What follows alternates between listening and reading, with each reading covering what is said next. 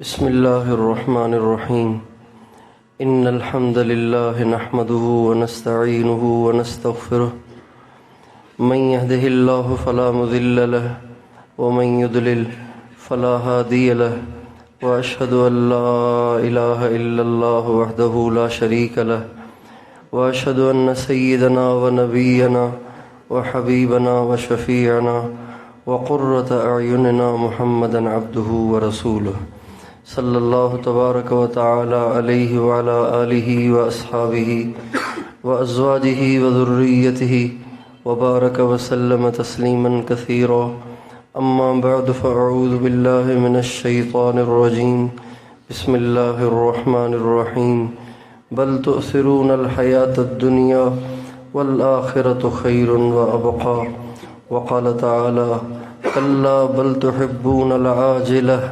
وتذرون الآخرة وقال النبي صلى الله عليه وسلم فآثروا ما يبقى على ما يفنى سبحان ربك رب العزة عما يصفون وسلام على المرسلين والحمد لله رب العالمين اللهم صل على سيدنا محمد وعلى آل سيدنا محمد وبارك وسلم۔ میرے محترم بھائی اور دوستو، ہم دیکھتے ہیں کہ کچھ لوگ بہت جلد اللہ کے قریب ہو جاتے ہیں، کچھ لوگوں کو سالہ سال گزر جاتے ہیں اور وہ وہیں کے وہیں رہتے ہیں۔ اس کی کیا وجہ ہے؟ حالانکہ بظاہر ان میں کوئی برائی بھی نظر نہیں آتی، نہ وہ موبائل کی برائی میں مبتلا ہیں اور نہ وہ کسی اور منکر میں مبتلا ہیں، لیکن پیچھے رہتے ہیں، برس سا برس گزر جاتے ہیں، ایک ہی سیڑھی پہ کھڑے رہتے ہیں۔ اور کچھ لوگ ایسے ہوتے ہیں کہ جو بعد میں آتے ہیں اور بہت آگے نکل جاتے ہیں۔ تو اس میں جو مین وجہ بنتی ہے عام طور سے وہ یہ بنتی ہے کہ ان کی ترجیحات صحیح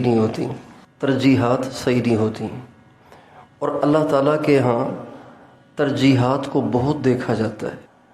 اللہ تعالیٰ یہ نہیں صرف دیکھتا کہ کون نماز پڑھ رہا ہے، کون چھوڑ رہا ہے، اللہ صرف یہ نہیں دیکھتے، اللہ تعالیٰ یہ دیکھتے ہیں کہ کون نماز کے لیے کیا کچھ چھوڑ رہا ہے، یہ دیکھتے ہیں اللہ۔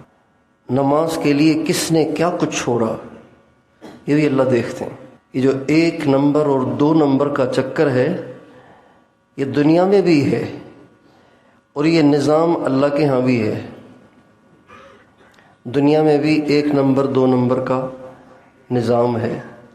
ایک باپ کے کئی بیٹے ہیں، ایک کو 1 نمبر پہ رکھتا ہے، دوسرے کو 2 نمبر پہ رکھتا ہے، تو یقیناً 2 نمبر والا اندر ہی اندر میں کڑتا ہے، چاہے وہ باپ نبی ہی کیوں نہ ہو۔ یعقوب علیہ السلام نبی ہیں اور ان کے 12 بیٹے ہیں۔ 12 بیٹوں میں سے سب سے زیادہ پیار وہ حضرت یوسف سے کرتے ہیں، تو ان 12 میں سے 10 جلنا شروع ہو گئے، حسد میں مبتلا ہو گئے۔ تو دنیا میں انسان دیکھتا ہے کہ مجھے کس نمبر پہ رکھا ہوا ہے، ہر آدمی دیکھتا ہے، چھوٹے بھی دیکھتے ہیں، بڑے بھی دیکھتے ہیں، ساتھ والے بھی دیکھتے ہیں، مجھے کس نمبر پہ رکھا ہوا ہے۔ اور پھر اس پر انسان کو غیرت آتی ہے۔ ایک مثال عام طور سے میں عرض کرتا ہوں کہ ایک بیٹا ہے جو ماں باپ کا بڑا فرما بردار ہے اور بڑا ان کا خدمت گزار ہے۔ جب اس کی شادی ہو جاتی ہے تو شادی کے بعد بھی وہ اتنی ہی خدمت کرتا ہے، لیکن بس جب شادی کے بعد وہ آتا ہے تو پہلے کمرے میں جاتا ہے، پھر وہ ماں باپ کے پاس آتا ہے۔ جب باہر سے وہ 2 مٹھائی کے ڈبے لاتا ہے یا 2 کھانے کی چیزوں کے شاپر لاتا ہے تو پہلے سیدھا کمرے میں شاپر لے جاتا ہے اور پھر ماں باپ کے پاس بھی لاتا ہے، دونوں میں ایک ہی جتنا مال ہے، ایک ہی جتنی خوراک ہے، ایک ہی جتنی چیزیں ہیں، لیکن یہ بات کہ پہلے کمرے میں جانا اور پھر ماں باپ کے پاس آنا، یہ ماں کو جلا کے رکھ دیتی ہے۔ اور پھر ایسی مائیں، ایسے باپ اپنے ہی ہاتھوں سے اپنے بچے کے گھر اجاڑنے کے در پہ ہو جاتے ہیں۔ حالانکہ کیا قصور کیا اس نے؟ کوئی حرام نہیں کیا، کوئی ناجائز نہیں کیا، کوئی غلط نہیں کیا، صرف اتنا کیا کہ شاپر اندر پہلے گیا، ان کے پاس بعد میں آیا۔ محبت میں کمی نہیں آئی، ہفتے میں 1000 روپے کا اکرام پہلے بھی کرتا تھا، اب بھی کر رہا ہے، لیکن چونکہ 2 نمبر پہ لے آیا تو یہ چیز ان کو پریشان کرتی ہے۔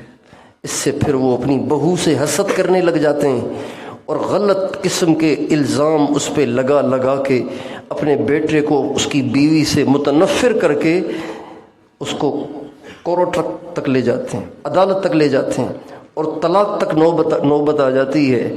اور اتنا بڑا نقصان صرف اس لیے ہوتا ہے کہ بات 1 نمبر پر تھی، اب 2 نمبر پہ آ گئی۔ تو جیسے دنیا میں 1 نمبر 2 نمبر دیکھا جاتا ہے، تو اللہ جو سارے بادشاہوں کا بادشاہ ہے، سارے بڑوں کا بڑا ہے، جس سے دنیا میں بڑا کوئی ہے ہی نہیں، تو وہ نہیں دیکھے گا کہ میرے ہاتھوں کے بنے ہوئے بندوں کو 1 نمبر پہ رکھا ہوا ہے اور مجھے 2 نمبر پہ رکھا ہوا ہے؟ اللہ نہیں دیکھے گا اس کو بھائی۔ ہمارے نبی کا ارشاد ہے کہ اللہ تعالیٰ حدیث قدسی میں فرماتے ہیں، انا اغنى الشرکاء عن الشرک۔ سارے لوگوں کو پارٹنر شپ بری لگتی ہے، شراکت اچھی نہیں لگتی۔ شراکت تو لوگ کرتے ہیں مجبوری میں، یا تو ان کے پاس تجربہ نہیں ہوتا یا ان کے پاس پیسہ نہیں ہوتا۔ بھئی تجربہ نہیں ہے لہذا پیسے کسی کو دے دیے، بھئی آدھا تمہارا آدھا میرا، کام کر لو۔ یا پھر تجربہ نہیں ہے کہ بھئی مجھے تو کچھ آتا جاتا نہیں، پیسے میرے لے لو، کام کر لو، آدھا آدھا کر لیں گے۔ شراکت تو انسان مجبوری میں کرتا ہے۔ شراکت کسی کو پسند نہیں ہے، کسی کو بھی شراکت پسند نہیں ہے۔ کسی کی بیوی کسی غیر محرم سے فون پہ کہہ رہی ہو آئی لو یو، تو کوئی شریف خاوند اس بات کو برداشت کر لے گا؟ یا یہ ان کی آخری ملاقات ہوگی؟ آخری ملاقات ہوگی، لڑائی ہو جائے گی، جھگڑا ہو جائے گا، پٹائی ہو جائے گی، پتہ نہیں کہاں سے کہاں بات پہنچ جائے گی۔ اس لیے کہ انسان بھی شراکت کو ناپسند کرتا ہے۔ تو ہمارے نبی فرماتے ہیں سب سے زیادہ شراکت کو ناپسند اللہ کرتا ہے۔ سب سے زیادہ شراکت کو کون ناپسند کرتا ہے؟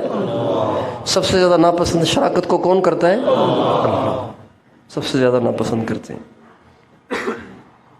لہٰذا اللہ تعالیٰ یہ ضرور دیکھتے ہیں کہ مجھے کیا نمبر دیا ہوا ہے اس نے، اللہ ضرور دیکھتے ہیں۔ یہ جو اللہ تعالیٰ فرماتے ہیں نا، وَلَنَبْلُوَنَّكُمْ بِشَيْءٍ مِّنَ الْخَوْفِ وَالْجُوعِ وَنَقْصٍ مِّنَ الْأَمْوَالِ وَالْأَنفُسِ وَالثَّمَرَاتِ وَبَشِّرِ الصَّابِرِينَ الَّذِينَ إِذَا أَصَابَتْهُم مُّصِيبَةٌ قَالُوا إِنَّا لِلَّهِ وَإِنَّا إِلَيْهِ رَاجِعُونَ۔ اللہ تعالیٰ فرماتے ہیں ہم تمہیں ضرور آزمائیں گے۔ تو ہم دیکھتے ہیں سب کی تو آزمائش نہیں ہے۔ کون سی آزمائش ہے؟ بیماری میں کوئی مبتلا ہے، مقروض تو کوئی ہے، معذور تو کوئی ہے، مصیبت زدہ تو کوئی ہے، سب کی تو آزمائش نہیں ہے۔ جبکہ اللہ تعالیٰ یہاں عام حکم لگا رہے ہیں، تم سب کو ضرور آزماتا رہوں گا، ایک دفعہ بھی نہیں، یہ سلسلہ چلتا رہے گا۔ تو وہ کون سی آزمائش ہے؟ وہ یہ ہے مجھے کیا نمبر دے رکھا ہے اس نے۔ اللہ تعالیٰ یہ ضرور دیکھتے ہیں۔ جو اللہ کو 2 نمبر پہ رکھتا ہے وہ ہمیشہ پیچھے رہتا ہے، جو اللہ کو 1 نمبر پہ رکھتا ہے وہ آگے نکل جاتا ہے۔ اور 1 نمبر پہ رکھنے کے لیے بیوی کو طلاق، دکان کو تالا، نوکری سے ریزائن کی ضرورت نہیں ہے۔ اللہ کو 1 نمبر پہ لانے کے لیے اس کی ضرورت نہیں ہے، اس کے ساتھ بھی سب کچھ ہو جاتا ہے۔ نہ اپنی گردن پہ چھری پھیرنے کی ضرورت ہے۔ ہمارے حاج صاحب فرمانے لگے کہ مولانا یوسف صاحب رحمۃ اللہ علیہ یہ بات بہت کہتے تھے، اللہ پہ جان دینے کا جذبہ. اللہ پہ کیا، کون سا جذبہ؟ کون سا جذبہ؟ جان دینے کا جذبہ. یہ بار بار مولانا یوسف صاحب فرماتے تھے. کسی بزرگ کا بیان طے ہوا، مولانا یوسف صاحب سے پوچھا کہ حضرت کیا بات کرنی ہے مجمع سے؟ فرمایا مجمع کو اللہ پہ جان دینے کے لیے تیار کرو. تو حاجی صاحب فرمانے لگے، میں نے مولانا یوسف صاحب سے کہا حضرت میں تو بزدل آدمی ہوں، میرے لیے تو جان دینا مشکل ہے، پھر کیا ہوگا میرا؟ تو فرمانے لگے عبدالوہاب میری مراد اللہ پہ جان دینے کا جو مطلب ہے، اس سے جو میری مراد ہے وہ یہ ہے کہ جب بھی دین کا تقاضا آ جائے پھر یہ نہ دیکھو کہ مجھے اور کون سا کام ہے، یہ نہ دیکھو. یہ ہے اللہ پہ جان دینے کا مطلب. دین کا تقاضا آ جائے سب چیزیں پیچھے کر دو، نقصان برداشت کر لو، نقصان اٹھا لو، قربانی کر لو، مجاہدہ کر لو، نفس کو پامال کر دو، لیکن اس کام کو کر گزرو. یہ ہے جان دینے کا مطلب. تو فرمانے لگے کہ جب مولانا یوسف صاحب نے جان دینے کی یہ تشریح فرمائی نا، تو میں نے کہا حضرت بس یہ تو پھر میں ضرور کروں گا. چنانچہ جب انہوں نے ایک بات کا عزم کیا پھر مرتے دم تک نہ کبھی جان، نہ کبھی مال، نہ کبھی صحت، نہ کبھی بیوی، نہ کبھی کسی اور کو راضی کرنے کی پرواہ کی، اور ایسا اپنے آپ کو لگایا اور کھپایا کہ وہ ایک تاریخ بن گئے، ایک تاریخ بن گئے. میں نے خود واقعہ سنا حضرت حاجی مشتاق صاحب نور اللہ مرقدہ سے. مولانا الیاس صاحب رحمۃ اللہ علیہ کے زمانے کے بہت پرانے بزرگ تھے. حاجی مشتاق صاحب رائیونڈ کے بنیادی لوگوں میں سے تھے. علماء میں بیان فرما رہے تھے کہ یہ جو عبدالوہاب ہے نا، بھائی عبدالوہاب، ان کا ہو رہا تھا نکاح. کیا ہو رہا تھا؟ کیا ہو رہا تھا؟ جب کسی نوجوان کا نکاح ہوتا ہے تو اس کو کچھ یاد رہتا ہے؟ زندگی کا سب سے زیادہ خوشگوار دن تو وہی ہوتا ہے نوجوان کے لیے. تو حاجی مشتاق صاحب فرمانے لگے بھائی عبدالوہاب کا نکاح ہو رہا تھا، لوگ بیٹھے ہوئے تھے، نکاح خواں بھی بیٹھے ہوئے تھے، اس میں تھوڑی سی تاخیر ہو رہی تھی. تو حاجی صاحب کھڑے ہو گئے اور فرمانے لگے بھائی گشت کا وقت ہو گیا ہے، جو آدمی گشت کرے گا اس کو قدم قدم پہ یہ ملے گا، یہ ملے گا، یہ ملے گا. بتاؤ تم میں سے گشت کے لیے کون تیار ہے؟ تو کون تیار ہوتا بھائی؟ نکاح پہ آئے تھے، کوئی ترغیب گشت سننے تھوڑی آئے تھے، تو کوئی بھی تیار نہیں ہوا. حاجی صاحب خود اٹھ کے گشت پہ چلے گئے. آپ تھوڑا سا اندازہ لگائیں کہ نکاح خواں بیٹھا ہوا ہے اور دولہا گشت پہ گیا ہوا ہے.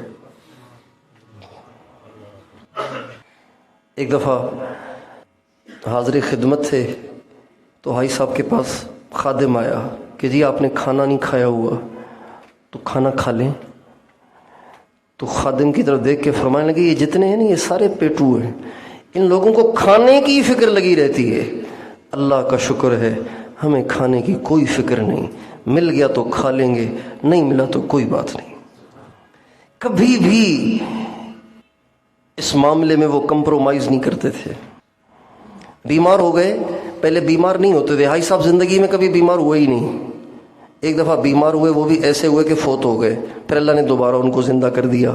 آپ لوگوں نے شاید واقعہ سنا ہوگا، نہیں سنا تو پھر کسی وقت سن لیجئے گا ورنہ اصل عنوان رہ جائے گا. فوت ہو گئے تھے یہیں اس ملتان نشتر ہاسپٹل میں. حاجی صاحب 1984 میں فوت ہو گئے تھے، پھر اس کے بعد دوبارہ زندہ ہوئے. چلیں آپ کی نگاہیں بڑی متشوش ہیں اور نگاہوں میں بڑا تجسس ہے تو سن لیجئے. ہمارے حاجی صاحب کو معدے کی تکلیف تھی تو السر ہو گیا. ڈاکٹروں نے آپریشن طے کیا اور آپریشن ہوا، لیکن اللہ کی شان اس آپریشن میں ان کا انتقال ہو گیا. ڈاکٹر نور احمد نور یہاں نشتر کے ہیڈ تھے،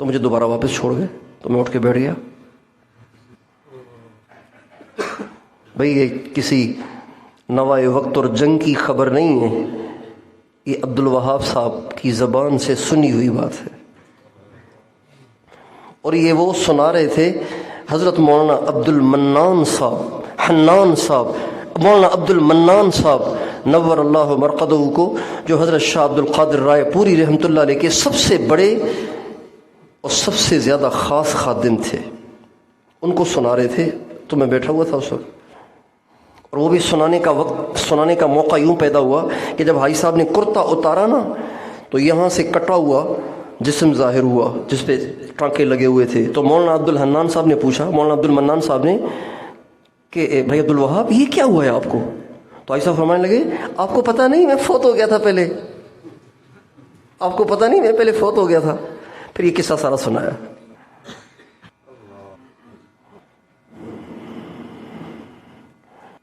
تو انہوں نے کبھی بھی زندگی میں دنیا کو اور دنیا کے کاموں کو، اپنی ضروریات کو، اپنی خواہشات کو 1 نمبر نہیں دیا، ہمیشہ دنیا کو اور اللہ کے غیر کو 2 نمبر پہ رکھا، اللہ کو 1 نمبر پہ رکھا۔ ہمیشہ ایسی ٹھانی کہ مرتے مرتے مر گئے، لیکن کبھی بھی اللہ کو 2 نمبر پہ نہیں لائے، کبھی بھی اللہ کو 2 نمبر پہ نہیں لائے، ہمیشہ اللہ کو 1 نمبر پہ رکھا۔ بیمار ہوئے آخری زمانے میں، تو یہاں سے بات شروع ہوئی تھی نا، آخری زمانے میں بیمار ہوئے تو بالکل طبیعت خطرے میں چلی گئی، تو ڈاکٹروں نے منع کر دیا کہ آپ نے سفر نہیں کرنا۔ اللہ کی شان ان دنوں بنگلہ دیش میں اجتماع ہونے لگا تھا، تو حاجی صاحب کا اصرار کہ جب سے بنگلہ دیش کا اجتماع شروع ہوا ہے، ایک دفعہ بھی میں ایسے نہیں ہوا کہ میں نہیں گیا ہوں، تو میں تو جاؤں گا۔ اب سارے مشورے والے پریشان کہ بھئی ان کو کیسے سمجھائیں، یہ تو مانتے بھی نہیں کسی کی۔ 4 حاجی صاحب کے جو تیماردار ڈاکٹر تھے، وہ 4 ڈاکٹر حاضر ہوئے، اور ان کے ساتھ شورا والے، اور ان کے ساتھ حضرت مولانا احسان صاحب، اور مولانا احسان صاحب متکلم ہوئے، یہ سب کے سب ان کے ساتھ حاجی صاحب کے پاس گئے، اور مولانا احسان صاحب نے کہا حضرت بات یہ ہے کہ دنیا کے بڑے سے بڑے عہدیدار کو 2 ڈاکٹر دیے جاتے ہیں، صدر، وزیر اعظم، ان کے پاس 2 ڈاکٹر ہوتے ہیں، آپ اتنے بڑے بادشاہ ہیں، اللہ نے آپ کو اتنی عزت دی ہے کہ آپ کے پاس 4 ڈاکٹر ہیں، اور چاروں کے چاروں ڈاکٹروں نے آپس کے مشورے سے یہ طے کیا ہے کہ آپ کو نہیں جانا۔ حاجی صاحب نے فرمایا کیوں؟ کہا جی آپ کی طبیعت خراب ہے۔ فرمایا مر جاؤں گا، یہی تو چاہتا ہوں، مر جاؤں گا، یہی تو چاہتا ہوں۔ اور سننے والوں نے یہ بول ان کا بہت سنا، اے اللہ ہم کچھ نہیں چاہتے، ہم تجھے چاہتے ہیں، ہم کچھ نہیں چاہتے، ہم وہ چاہتے ہیں جو تو چاہتا ہے۔ اللہ تعالیٰ کے ہاں اس کو ضرور دیکھا جاتا ہے کہ اللہ کو کیا نمبر دے رہا ہے۔ جب دنیا کے محتاج اور دنیا کے بے حیثیت لوگ اس کو دیکھتے ہیں کہ مجھے بعد میں دیا، اس کو پہلے دیا، تو اللہ تو سارے بے نیازوں سے بڑا بے نیاز ہے، سارے بادشاہوں سے بڑا بادشاہ ہے، تو وہ بھی تو دیکھے گا نا کہ اس کی تکبیر اولیٰ آج کیوں گئی ہے، اس کا مراقبہ آج کیوں چھوٹ رہا ہے، اس کا درود شریف آج کیوں چھوٹ رہا ہے، اس کا استغفار آج کیوں چھوٹ رہا ہے۔ اس لیے نا کہ دنیا کے کام بہت سارے آ گئے تھے، اس لیے نا کہ موبائل میں لگا ہوا تھا، اس لیے نا کہ مہمان آ گئے تھے، اس لیے نا کہ طبیعت صحیح نہیں ہے، اس لیے نا کہ دل نہیں کر رہا، اس لیے نا۔ اس کا مطلب ہے سب چیزیں 1 نمبر پر، صرف اللہ ہی ہے جو 2 نمبر پر ہے۔ اللہ یہ دیکھتا ہے، اور یہ وجہ بنتی ہے سالکین کے سال ہا سال ایک ہی جگہ کھڑے رہنے کی، سب سے بڑی وجہ ہوتی ہے۔ اللہ تعالیٰ قرآن پاک میں بڑے دکھ بھرے لہجے میں فرماتے ہیں بل تؤثرون الحیات الدنیا والآخرة خیر وابقى ان هذا لفی الصحف الاولى صحف ابراہیم وموسیٰ۔ قد افلح من تزكى وذكر اسم ربه فصلى بل تؤثرون الحياة الدنيا والآخرة خير وأبقى. بات چل رہی ہے کچھ، اچانک اللہ اپنی بات کا رخ موڑ کے کہتے ہیں تم سے کیا باتیں کروں، تم سے کیا باتیں کروں، تم تو وہ لوگ ہو نا جنہیں دنیا چاہیے، تمہیں آخرت تھوڑی چاہیے. تم تو دنیا کے شوقین ہو، دنیا کے عاشق ہو، تم دنیا کو آگے رکھتے ہو اور آخرت کو پیچھے کرتے ہو. کلا، دیکھیں کتنے زوردار طریقے سے اللہ فرما رہے ہیں، کلا بل تحبون العاجلہ وتذرون الآخرہ.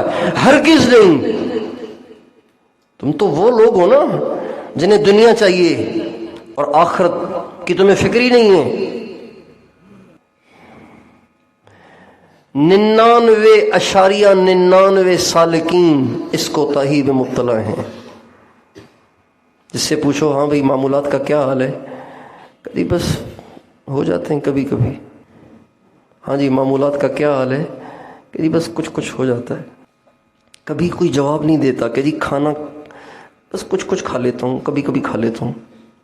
ہاں جی نیند کا کیا حال ہے کہ جی بس کبھی کبھی تھوڑا سا لیٹ جاتا ہوں، باقی کام ہی کام. ایسا کوئی بھی نہیں ہے. کیوں نہیں ہے؟ اس لیے کہ کھانا اور سونا اس کو اپنی بنیادی ضرورتیں سمجھا جاتا ہے، اور یہ سمجھا جاتا ہے کہ اس کے بغیر زندگی انسان زندہ کیسے رہے گا، چلے گا کیسے، پاگل ہو جائے گا. لیکن اس کی اہمیت کا اندازہ نہیں ہے کہ اگر معمولات کا اہتمام نہیں کریں گے تو گناہوں سے نہیں بچ پائیں گے، گناہ ہوں گے پھر، اور گناہ ہو گئے تو کیا ہوا، معاف کرا لیں گے، اللہ غفور رحیم ہے، بس یہ ذہن بنا ہوا ہے. سلسلہ عالیہ نقش بندیہ کے 35 اسباق ہیں. کتنے اسباق ہیں؟ کتنے اسباق ہیں؟ 16 ہیں نقش بندیہ کے، 19 ہیں مجددیہ کے. ایک سبق کو صرف 5 منٹ دیے جائیں تو کتنے منٹ چاہیے؟ آپ سے پوچھتا ہوں، 35 ضرب 5، جلدی کوئی بتائے نا، میتھمیٹکس کا کوئی. 175 گھنٹے کتنے بنے؟ تقریباً 3 گھنٹے. ہمارے حضرت جی دامت برکاتہم العالیہ کی صحت کا آپ کو پتہ ہوگا اس وقت کیا صحت ہے ان کی، نہ چل سکتے ہیں. خادم سے میں نے پوچھا، کہنے لگے ساری رات نہیں سوتے ہیں، اٹھ کے بیٹھ جاتے ہیں کتاب پڑھنا شروع کر دیتے ہیں، پھر اٹھ کے بیٹھ جاتے ہیں، پھر کتاب پڑھنا شروع کر دیتے ہیں، سوتے بھی نہیں ہیں. اور کئی دفعہ ڈاکٹروں نے کہا کہ آپ کا ڈائلیسس ہوگا، آپ کے گردے ختم ہو گئے ہیں، کام نہیں کر رہے ہیں آپ کے گردے. یہ کیفیت ہے ان کی. پاؤں سوج کے ایسے ہو گئے ہیں، ٹانگیں سوج کے ایسی ہو گئی ہیں. جس کے گردے خراب ہو جائیں تو اس کا دماغ بھی کام نہیں کرتا صحیح، اس کا جسم بھی کام نہیں کرتا صحیح. تو گردے جب کام نہ کریں تو پیشاب نکلتا نہیں نکلتا تو پھر جسم میں مکس ہو جاتا ہے. تو جب پیشاب جسم میں مکس ہو جائے تو آدمی کا کیا حشر ہوگا. آپ پیشاب آ رہا ہو اس کو آدھا پون گھنٹہ بند کر کے دیکھیں، آپ کا دماغ فیل ہونا شروع ہو جائے گا، سر میں درد ہونا شروع ہو جائے گا. نکلے ہی نہیں تو کیا ہوگا. اتنے آزار، اتنی بیماریاں. لیکن صاحبزادہ صاحب فرمانے لگے، میں نے حضرت سے پوچھا، ابھی کی بات ہے، کہ حضرت اب تو آپ کی عمر اتنی ہو گئی، اتنا ضعف، اتنے آزار، تو اب آپ کیا کرتے ہیں؟ فرمایا اب بھی روزانہ 35 کے 35 اسباق دہراتا ہوں، کبھی بھی ناغہ نہیں کرتا ہوں. ابھی بھی ناغہ نہیں کرتا ہوں، 35 کے 35 اسباق دہراتا ہوں. یاد میں تیری سب کو بھلا دوں، کوئی نہ مجھ کو یاد رہے. تجھ پہ سب گھر بار لٹا دوں، خانہ دل آباد رہے. یاد میں تیری سب کو بھلا دوں، کوئی نہ مجھ کو یاد رہے، سب خوشیوں کو آگ لگا دوں، غم سے تیرے دل شاد رہے، نظروں سے سب کو اپنی گرا دوں، تجھ سے فقط فریاد رہے، یاد میں تیری سب کو بھلا دوں، کوئی نہ مجھ کو یاد رہے۔ یہ بات ہے، سال ہا سال ہو گئے وہیں کے وہیں کھڑے ہو گئے، شوق ہی نہیں کہ اللہ سے قرب بڑھے، اللہ سے محبت بڑھے، اللہ سے عشق بڑھے، کوئی آخرت کی کمائیاں ہوں، کوئی اللہ کے قرب کے درجات طے ہوں، رات کا اٹھنا نصیب ہو، سجدے میں رونا نصیب ہو، قرآن پڑھ پڑھ کے مزے لینا نصیب ہو، سجدے کا سرور نصیب ہو، تلاوت کی حلاوت نصیب ہو۔ شوق ہی نہیں اس کا، دنیا کے چسکوں کا شوق، کھانے ایسے ہوں، کپڑے ایسے ہوں۔ سالک نہیں سوچتا یہ کہ کھانا کیسا ہے، کپڑے کیسے ہیں، سالک نہیں سوچتا یہ۔ سالک کو تو ایک ہی دھن ہوتی ہے، دھن رے دھن یہ اپنی دھن، پرائی دھنی کا پاپ نہ پن۔ سالک کو اس کے سوا کوئی دھن نہیں کہ مجھے اللہ چاہیے، میرے معمولات پورے ہوں، اس میں ناغہ نہ ہو، ناغہ نہ ہو۔ ہائے ہائے، ہمارے حاج صاحب رات کو ذکر کرنے کے لیے بیٹھتے تھے، سارا دن اللہ اللہ بولتے تھے، اس کے باوجود بھی تنہائی میں پردہ گرا کے اندر ذکر کرتے تھے۔ اور چونکہ سارا دن چل سو چل والی کیفیت تھی، تو جب ذکر کے لیے بیٹھتے تھے تو نیند آتی تھی، تو گر رہے ہوتے تھے، تو کئی دفعہ رات کے 2-2 بج جاتے تھے، اور ان سے کہنا پڑتا تھا حضرت سو جائیں، کہتے تھے ابھی معمولات رہتے ہیں۔ خود اس عاجز کے ساتھ یہ واقعہ پیش آیا کہ رات کے 1:30-2 بجے پردے کے اندر داخل ہو کے حضرت کی خدمت میں عرض کیا، حضرت نہ آپ کی نیند ہو رہی ہے نہ آپ کا ذکر ہو رہا ہے، تو ایک تو کر لیں، ذکر تو ہو نہیں رہا اس لیے کہ نیند کا غلبہ ہے، تو سو جائیں، صبح کو قضا کر لیجیے گا۔ دیکھ کے فرمانے لگے اچھا، یہ کہہ کے پھر لگ گئے۔ قادری تھے نا، اور ان کے اس اہتمام کا اثر ان کی آخری بیماری میں بھی ظاہر ہوا، جب وہ وینٹیلیٹر پر تھے۔ کس پہ تھے؟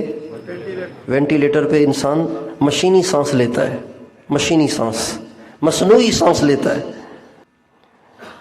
اس میں ہوش نہیں ہوتا، آنکھیں نہیں کھلتی، کچھ بھی نہیں، صرف دل دھڑکتا ہے، بس مشین دل کو دھڑکاتی ہے وینٹیلیٹر پر۔ تو میں ہسپتال حاضر خدمت ہوا، جو خادم تھے ان سے حال احوال لیے، تو فرمانے لگے کہ میں نے کہا کیا حال ہے ابھی؟ کوئی آنکھ کھولتے ہیں، کچھ دیکھتے؟ کہا نہیں، وینٹیلیٹر پہ ہیں، وینٹیلیٹر پہ تو کچھ بھی نہیں ہوتا، البتہ کل رات تہجد کے وقت میں وینٹیلیٹر پر اچانک سر ہلانا شروع کر دیا، الا اللہ الا اللہ الا اللہ الا اللہ الا اللہ، وینٹیلیٹر پر۔ آپ کسی ڈاکٹر کو بتائیں گے، وہ کہے گا پاگل تو نہیں ہو گئے ہو، کیا باتیں کر رہے ہو؟ اس سے اندازہ لگائیں کہ الا اللہ کے ساتھ ان کو کتنا لگاؤ ہوگا کہ وینٹیلیٹر پر بھی الا اللہ کہہ رہے ہیں۔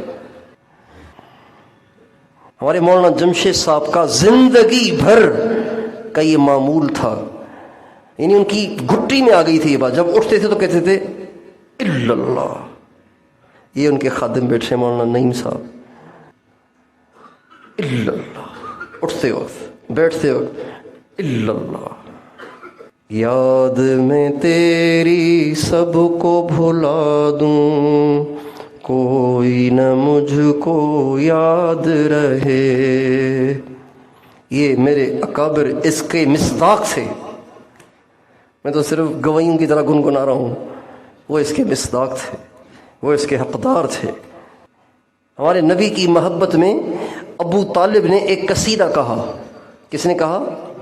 حضرت ابو طالب نے، جو حضرت علی المرتضیٰ رضی اللہ تعالیٰ عنہ کے والد گرامی تھے، ہمارے نبی کے سب سے زیادہ مددگار تھے، انہوں نے قصیدہ کہا، اس کا ایک شعر ہے، وَنُسْلِمُهُ حَتَّى نُسَرَّعَ حَوْلَهُ وَنَذْهَلَ عَنْ أَبْنَائِنَا وَالْحَلَائِلِ، کبھی بھی یہ کفار تم تک پہنچ نہیں سکتے یہاں تک کہ ہمارے بچے، ہماری بیویاں پہلے ذبح کریں گے، پھر ہمیں بھی ذبح کریں گے، پھر کہیں تم تک جا پہنچیں گے۔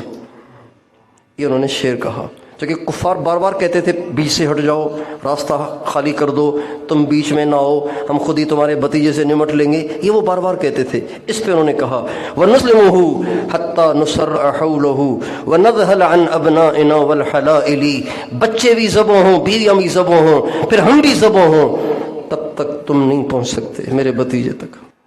ہمارے نبی کے چچا زاد بھائی تھے عبیدہ بن حارث۔ کون؟ جب جنگ بدر کا موقع ہوا نا، تو جنگ بدر، اب ادھر تھے مہاجرین اور انصار، ادھر تھے صرف قریشی۔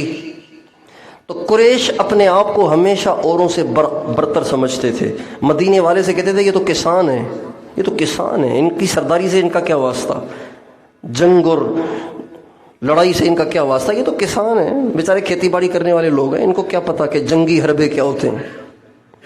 اور وہ تھے بھی ایسے ماہر واقعی۔ تو جب جنگ بدر کا موقع آیا، دونوں لشکر آمنے سامنے ہوئے، دونوں لشکر آمنے سامنے ہوئے، تو 3 آدمی میدان میں آئے۔ عتبہ، ہل من مبارز یبارزنی، کوئی ہے مجھ سے لڑنے والا؟ یہ عرب کے ہاں جنگ کا معمول تھا کہ پہلے پہلوان اترتے تھے، ان کی آپس میں کشتیاں ہوتی تھیں، پھر اس کے بعد مجمع کا مقابلہ ہوتا تھا۔ اس کو کہتے تھے مبارزت، عربی میں اس کو مبارزت کہتے تھے۔ اللہ تعالیٰ فرماتے ہیں من عادی لی ولیا فقد بارزنی بالحرب، جو میرے کسی ولی کو ستاتا ہے، اس کو تکلیف دیتا ہے، تو وہ مجھے جنگ کے لیے بلا رہا ہے۔ فقد بارزنی، وہ گویا کہہ رہا ہے اللہ ہے دم تو آ میرے مقابلے میں، اللہ سے کہہ رہا ہے۔ جو میرے ولی کو ستاتا ہے وہ گویا اللہ سے کہہ رہا ہے اللہ اگر آپ میں دم ہے تو آئیں نا آپ۔ تو عتبہ اترا، حل من مبارزن، شیبہ اترا، حل من مبارزن، ولید اترا، حل من مبارزن، ولید عتبہ کا بیٹا۔ اب یہ دونوں قریش کا نچوڑ، خلاصہ، سردار قسم کے لوگ، جنگجو قسم کے لوگ، جب یہ دونوں اترے تو ان کے مقابلے میں انصار اترے، کہنے لگے چلو کھیتی باڑی جا کے کرو، تمہیں کیا پتہ جنگ کیسے ہوتی ہے، بےزتی نہ کرو ہماری، پڑھو۔ بڑا پہلوان کسی ہلکے پھلکے سے لڑتے ہوئے اپنی بےزتی محسوس کرتا ہے، کہنے لگے چلو یہاں سے، تمہیں کیا پتہ جنگ کیا ہوتی ہے، ہمارے جیسے اتارو میدان میں۔ ہمارے نبی نے حضرت عبیدہ سے کہا عبیدہ آپ جائیں ولید کے آپ جائیں عتبہ کے مقابلے میں۔ حضرت حمزہ سے فرمایا آپ جائیں، نہیں اس سے فرمایا تم جاؤ شیبہ کے مقابلے میں۔ حضرت عبیدہ سے کہا تم جاؤ، حضرت حمزہ سے کہا تم جاؤ شیبہ کے مقابلے میں۔ حضرت علی سے کہا علی تم قریش ہو نا، تم جاؤ ولی سے مقابلے میں۔ چنانچہ یہ ادھر سے 3 شیر اترے اور ادھر سے ان کے 3 سردار اترے، اور عجیب و غریب معاملہ شروع ہو گیا۔ حضرت علی تو ماشاءاللہ تھے، حضرت حمزہ بھی ماشاءاللہ تھے، حضرت عبیدہ بھی ماشاءاللہ تھے، لیکن انہوں نے جو وار کیا نا اپنے مد مقابل پر، تو وہ تھوڑا سا یوں جو ہٹا تو حضرت عبیدہ کا اپنا وار ان کی اپنی ٹانگ میں لگا، جس سے شہرک کٹ گئی اور خون نکل گیا اور گر گئے۔ اتنی دیر میں حضرت حمزہ نے اپنے مد مقابل کو نمٹا دیا، حضرت علی نے مد مقابل کو نمٹا دیا، یہ دونوں لپک کر ادھر آئے اور پھر اس کو بھی نمٹا دیا۔ یہ دونوں اٹھا کے عبیدہ بن حارث جو ہمارے نبی کے چچا زاد بھائی تھے ان کو حضور کی خدمت میں لائے۔ ہمارے نبی نے ان کو اپنے پاس لٹایا تو وہ عبیدہ عجیب بات کہہ گئے اس وقت، کہنے لگے یا رسول اللہ اگر لو کان ابو طالب حیا لعلم انی احق بما قال، یا رسول اللہ اگر آج ابو طالب زندہ ہوتے نا تو وہ جان لیتے کہ جو شعر کہا انہوں نے تھا اس کے حقدار وہ نہیں تھے، اس کا حقدار میں زیادہ ہوں۔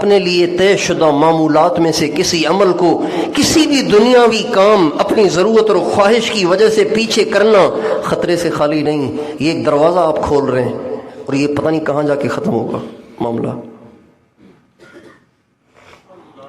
حضرت علی رضی اللہ عنہ فرمانے لگے کیا میں تمہیں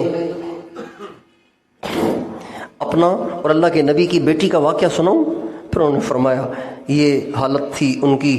چنانچہ وہ اللہ کے نبی سے انہوں نے درخواست کی, انہوں نے خادم کہا, انہوں نے تسبیحات بتا دیں. پھر فرمانے لگے اللہ کا شکر ہے جب سے اللہ کے نبی نے وہ تسبیحات بتائی ہیں آج تک کبھی نہیں چھوٹیں. تو پوچھنے والے نے کہا حضرت جنگ صفین میں تو آپ دن رات میدان جنگ میں تھے, بھاگم دوڑی میں تھے اور ہلچل میں تھے, تو اس وقت تو آپ کو نہ کھانے کا نہ پینے کا کسی چیز کا ہوش نہیں تھا, تو اس موقع پہ بھی فرمایا جنگ صفین میں بھی یہ عمل نہیں چھوٹ رہا, جنگ میں بھی یہ عمل نہیں چھوٹ رہا. اس کو کہتے ہیں اعمال کا اہتمام. ہمارے نبی کا ارشاد ہے احب الاعمال الی اللہ ادومها وان قل, سب سے زیادہ اللہ کو یہ وہ عمل محبوب ہے جو ہمیشہ کیا جائے چاہے تھوڑا ہو. مراقبے کا وقت ہو گیا ہے, کپڑا ڈال کے سر جھکا کے بیٹھ جاؤ, سارے کام ہوتے رہیں گے. اللہ اللہ کرنے سے کسی کی دنیا اب تک خراب نہیں ہوئی, بلکہ بگڑی ہوئی دنیا بھی اللہ نے بنائی ہے اپنے نام کی برکت سے. قطب الاقطاب شیخ الحدیث مولانا محمد زکریا صاحب رحمۃ اللہ علیہ فرماتے تھے اللہ اللہ میں ایسی تاثیر ہے کہ ساری دنیا قائم ہے. ہمارے نبی کا ارشاد ہے جب تک ایک شخص بھی کہہ رہا ہے نا اللہ اللہ اللہ, ایک شخص بھی کہہ رہا ہے تو یہ دنیا قائم رہے گی. جس دن وہ فوت ہو جائے گا اللہ تعالیٰ حضرت اسرافیل سے فرمائیں گے اب دنیا کا فائدہ نہیں, اب اسے توڑ دو. چنانچہ سور پھونکا جائے گا اور دنیا کو توڑ پھوڑ دیا جائے گا. ایک آدمی کے اللہ اللہ کہنے کی وجہ سے دنیا قائم ہے. اللہ اللہ میں اتنی تاثیر ہے کہ ایک شخص اللہ اللہ کرے تو دنیا قائم ہے. تو جس گھر میں اللہ اللہ ہو وہ گھر قائم رہے گا کہ نہیں رہے گا؟ جس دکان پہ اللہ اللہ ہو دکان قائم رہے گی نہیں رہے گی؟ جس مدرسے میں اللہ اللہ کرنے والا مجمع ہو وہ مدرسہ قائم رہے گا کہ نہیں رہے گا؟ جس علاقے میں اللہ اللہ کہنے کا ماحول ہو وہ علاقہ قائم رہے گا کہ نہیں رہے گا؟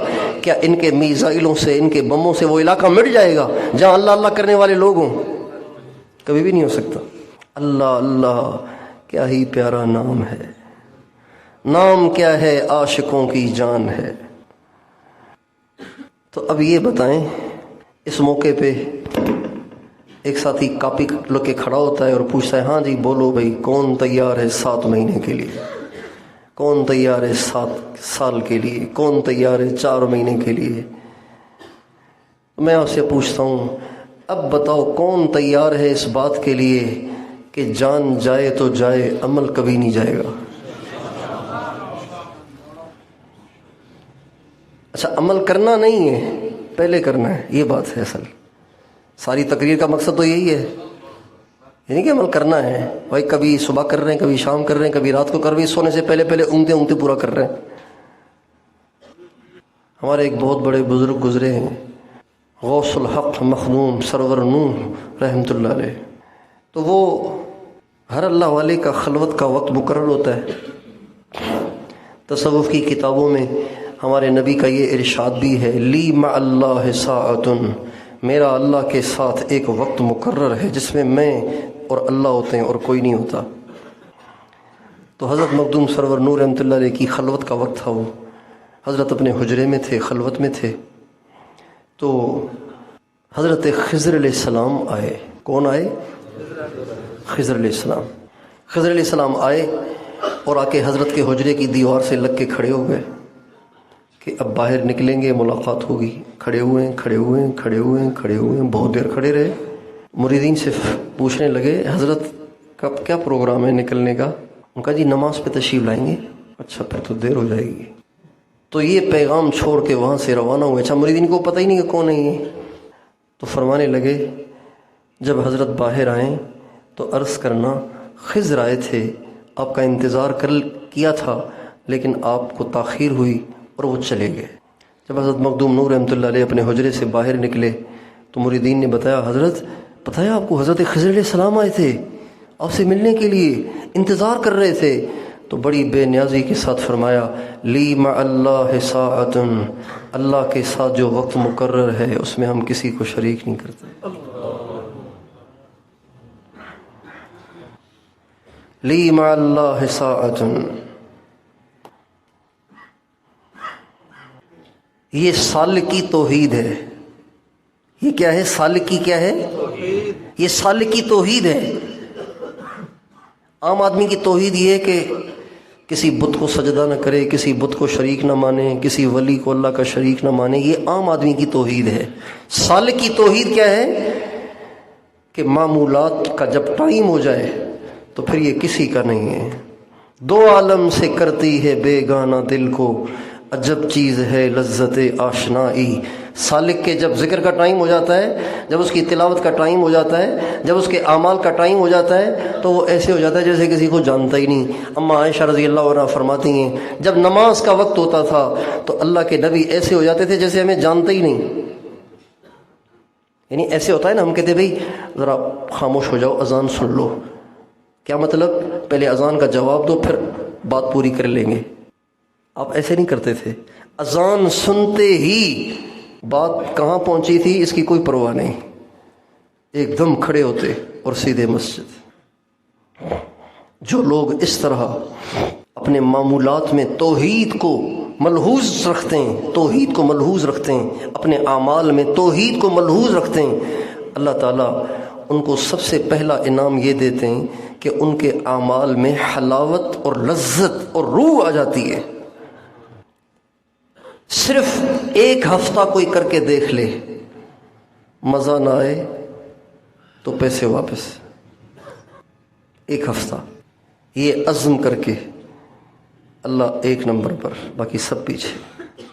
مراقبے کا وقت مقرر، تسبیحات کا وقت مقرر، تلاوت کا وقت مقرر، ہر عمل، ہر وہ عمل جو آپ کے ذمے ہیں ایک نمبر پر۔ نماز تو سب سے بڑا عمل ہے، الصلاۃ خیر موضوع، سب سے بڑا عمل نماز ہے۔ جو ذکر میں کوتاہی کرتے ہیں نا، وہ نماز میں بھی کوتاہی کرتے ہیں۔ ہماری تشکیل ہوئی سرگودا 2001 میں، تو وہاں پہ ایک بزرگ سے ملاقات ہوئی، وہ حضرت شیخ الحدیث مولانا محمد زکریا صاحب سے بیعت تھے، اور بڑے عجیب روحانی آدمی تھے۔ ان کو دیکھ کے مزہ آتا تھا، ان کے پاس بیٹھ کے ان کی آواز میں ایسی بجلی تھی کہ بس وہ دل کا تھا بولتے ہی چلے جائیں، بولتے ہی رہیں گے، اتنا اثر تھا ان کی۔ وہ ہم دیکھتے ہی بالکل مبہوت سے ہو گئے تھے ان کو کہ یار اتنا نور ان کے چہرے پہ۔ تو ہمیں پتہ نہیں تھا کہ یہ کون ہیں کیا ہیں، لیکن بس ان کو دیکھتے ہی ہم ان کے عقیدت مند ہو گئے تھے۔ تو میں نے ان سے کہا حضرت آپ میرے لیے دعا کریں۔ کیا دعا کریں؟ دعا کریں کہ اللہ تعالیٰ مجھے دعوت میں اور علم میں اور ذکر میں کمال عطا فرمائے۔ دعوت میں اور علم میں اور ذکر میں کمال عطا فرمائے۔ یہ 3 مقاصد نبوت ہے نا، یتلو علیہم آیاتہ ویزکیہم ویعلمہم الکتاب۔ اللہ تعالیٰ کمال عطا فرمائے۔ تو فرمانے لگے جب رات کو ملاقات ہوگی تو عرض کر دوں گا، جب رات کو ملاقات ہوگی تو۔ جب صبح کو فجر کی نماز میں تشریف لائے تو مجھے بڑی تشویش تھی، فجر سے پہلے آگے تھے، تو نماز بیان سے فارغ ہوئے تو میں تو جلدی پہنچوں اور پوچھوں بس کیا ہوا۔ تو جب صبح ہوئی تو انہوں نے چند باتیں فرمائیں، جو دعا فرمائی اس کا کیا جواب ملا، چند باتیں فرمائیں۔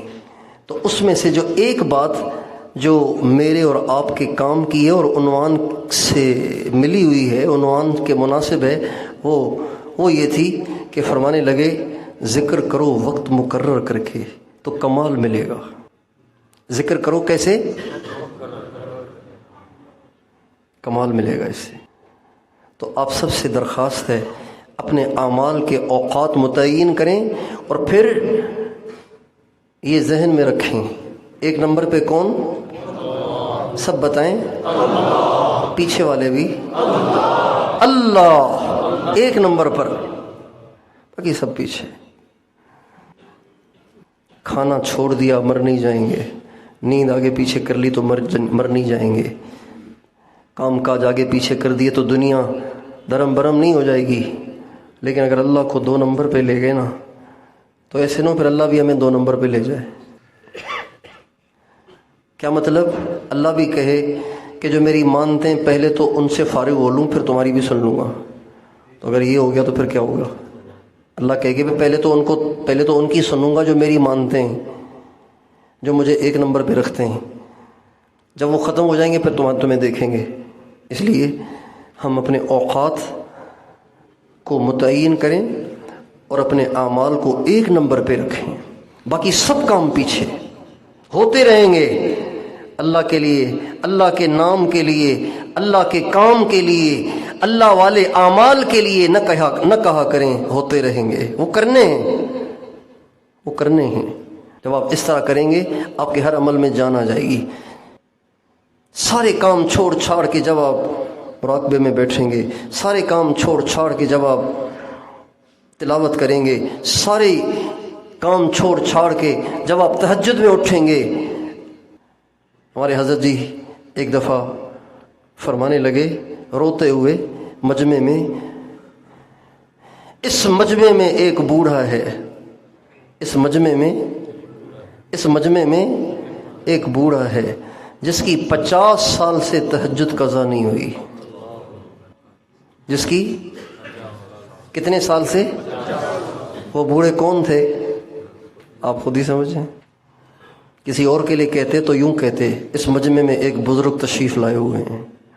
اور کسی خادم سے خود بھی فرمایا تھا، وہ خادم تھا، پریشان تھا اپنے کسی مسئلے کی وجہ سے، تو فرمایا پریشان کیوں ہوتے ہو؟ میں تمہارے لیے دعا کروں گا، اللہ کا شکر ہے میری 50 سال سے تہجد قضا نہیں ہوئی۔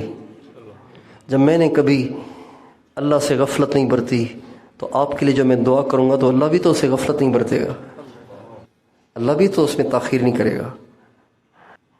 تو وہی نیت کریں، یاد میں تیری سب کو بھلا دوں، کوئی نہ مجھ کو یاد رہے، تجھ پہ سب گھر بار لٹا دوں، خانہ دل آباد رہے۔ بس اس کیفیت سے ہم نے زندگی گزارنی ہے۔ تیار ہے نا؟ اور نماز کے بارے میں دیندار طبقہ نماز کو بہت ہلکا لیتا ہے۔ تبلیغ والے کہتے ہیں وہ اپنی جماعت کر لیں گے، آگے چلو۔ طالب علم بھی کہتے ہیں وہ اپنی جماعت کر لیں گے، سالکین بھی کہتے ہیں وہ یار اپنی جماعت کر لیں گے، آگے چلو، جتنا سفر کٹ جائے اتنا کٹنے دو، اپنی جماعت کر لیں گے، جلدی نکلو۔ نماز میں 10 منٹ رہتے ہیں، کہتے ہیں جلدی چلو۔ ایسے نہیں، نماز کو ہلکا نہ کریں۔ جعلت قرۃ عینی فی الصلاۃ، نماز تو میری آنکھوں کی ٹھنڈک ہے۔ تو جو نماز کو ہلکا کر رہا ہے وہ کس کو ہلکا کر رہا ہے؟ اللہ کے نبی کی آنکھوں کی جو ٹھنڈک ہے اس کو ہلکا کر رہا ہے۔ نماز کے بارے میں اپنا رویہ تبدیل کریں۔ نماز کے بارے میں کیا تبدیل کریں؟ اپنا رویہ تبدیل کریں۔ نماز کے بارے میں ہمارا رویہ کیا ہے؟ ابھی 10 منٹ ہیں، ابھی 15 منٹ ہیں، ابھی 5 منٹ ہیں، ابھی 3 منٹ ہیں، ابھی 2 منٹ ہیں۔ یہ رویہ ہے ہمارا نماز کے بارے میں۔ یہ رویہ ٹھیک نہیں ہے۔ صحیح رویہ کیا ہے؟ جو ہی ایک سب سے اچھا رویہ تو یہ ہے کہ بلائے بغیر چلے جایا کریں۔ سب سے اچھا رویہ کیا ہے کہ بھائی بولا تو کرو نا یار، بن بلائے جایا کریں۔ اچھا بچہ وہ ہے کہ جو بن بلائے ہر وقت حاضر باش رہے، یا وہ ہے جس کو چیخ چیخ کے بلایا جا رہا ہو پھر وہ آ رہا ہو بھاگا بھاگا؟ بتاؤ اچھا بچہ کون سا ہے؟ ہر وقت حاضر باش رہے، بلانے سے پہلے پتہ ہے کہ ابو کے کھانے کا ٹائم ہے، کھانا لانا ہے، ابو کی دوائی کا ٹائم ہے، پہلے اب ابو جان چیخ رہے ہیں بیٹا دوائی کا ٹائم ہو گیا ہے، آؤ آ کے دوائی کھلاؤ۔ اب بیچارہ بھاگا بھاگا آ رہا ہے، فرما بردار ہے، لیکن 2 نمبر فرما بردار ہے۔ 1 نمبر فرما بردار کیا ہے؟ چنانچہ حضرت سعید بن مسیب فرماتے ہیں 20 برس تو اذان ایسے ہوئی کہ میں مسجد میں پہلے سے موجود تھا۔ بن بلائے پہنچنے والے اگر ہم نہیں بنتے تو بلانے کے بعد تو پھر ٹال مٹول کرنا چھوڑ دیں ہم۔ جو ہی اذان کی آواز کان میں پڑے، حی علی الصلاۃ، آؤ نماز کی طرف، تو پھر ہم اپنے نبی کی اس موقع کی اس سنت کو زندہ کریں کہ ہم کسی کو نہ جانیں، کسی کو نہ پہچانیں، گویا ہم کسی کو جانتے ہی نہیں۔ اذان سنی،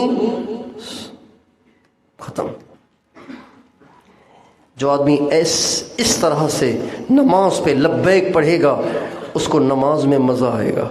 کہتے ہیں نماز میں دھیان نہیں جمتا، تو نماز میں دھیان کیسے جمے گا؟ نماز کو آپ نے رکھا ہوا ہے تیسرے نمبر پہ۔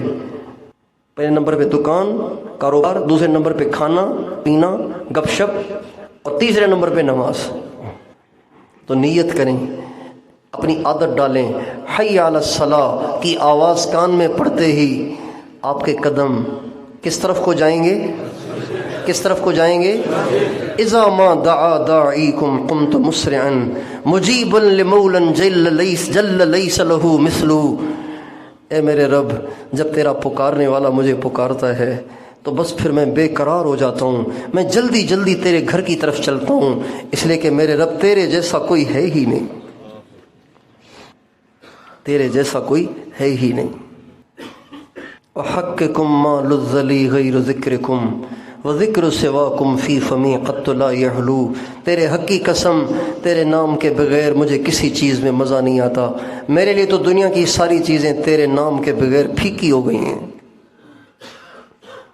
تو اس اہتمام، اعمال میں کمپرومائز نہیں، اعمال میں کمپرومائز نہیں۔ عمل کا وقت ہے، دنیا ادھر سے ادھر ہو جائے گی، عمل کا وقت ہے، عمل نہیں چھوڑنا۔ اور اذان کے بعد ہم کسی کے نہیں، تو اہتمام فرمائیں گے انشاءاللہ۔ اللہ تعالیٰ مجھے بھی توفیق دے، آپ کو بھی۔